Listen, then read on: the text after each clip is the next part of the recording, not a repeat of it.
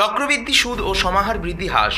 দেখো এই চ্যাপ্টার থেকে মান 2 যে প্রশ্নগুলো আসবে তার মধ্যে প্রথমে হলো 400 টাকার 2 বছরে সমূল চক্রবৃদ্ধি 441 টাকা হলে বার্ষিক শতকরা চক্রবৃদ্ধি সুদের হার কত হবে?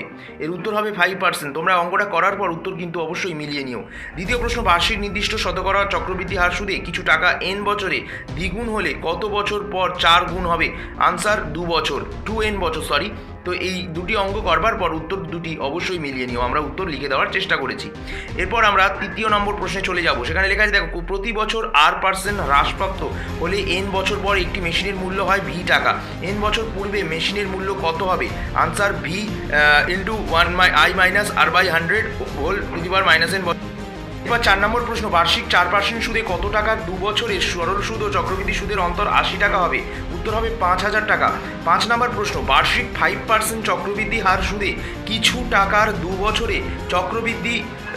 চক্রবৃদ্ধির সুদ 615 টাকা হলে আসল কত হবে? এর উত্তর হবে বা আনসার হবে 6000 টাকা।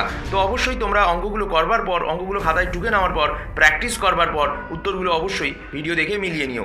এরপর 5 নম্বর প্রশ্ন, বার্ষিক 5% চক্রবৃদ্ধি হার সুদে কিছু টাকার 2 বছরে চক্রবৃদ্ধির হার যদি 615 টাকা হয় হলে আসল কত হবে?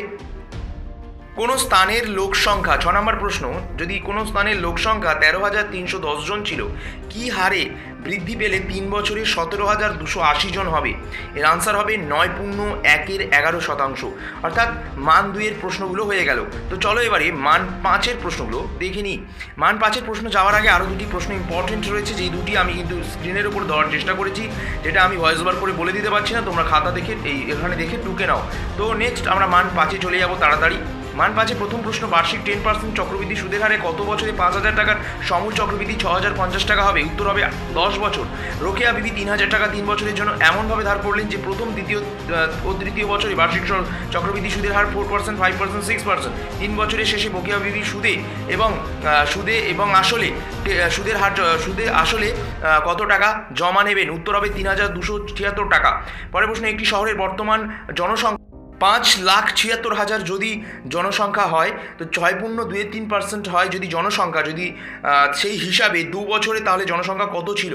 একটি শহরের বর্তমান জনসংখ্যা 5,76,000 যদি জনসংখ্যা 6.23% হয়, সেই হিসাবে 2 বছরে তাহলে জনসংখ্যা কত ছিল? আনসার হবে 50,725 বছর। তো অবশ্যই 3 নম্বরের প্রশ্নটা তোমরা দেখে নিয়েছো, মানে 5 মানের 3-এর প্রশ্ন দেখে নিয়েছো। এবার 4 নম্বর প্রশ্ন, একটি শহরের বর্তমান জনসংখ্যা 5,76,000, যেটা বলে দিয়েছি। 5 নম্বর প্রশ্ন, কোনো রাজ্যে পথ নিরাপত্তা সংক্রান্ত প্রচার বিভাজনের মাধ্যমে পথ দুর্ঘটনা প্রতি বছর তার পূর্বের বছরের তুলনায় 10% হ্রাস পেয়েছে। বর্তমান বছরে ওই রাজ্যে যদি 2916টি পথ দুর্ঘটনা হয়, তবে 3 বছর পূর্বে ওই রাজ্যে দুর্ঘটনার সংখ্যা কত ছিল? উত্তর হবে 4000টি। তো পরের প্রশ্নে আমরা চোখ রাখবো।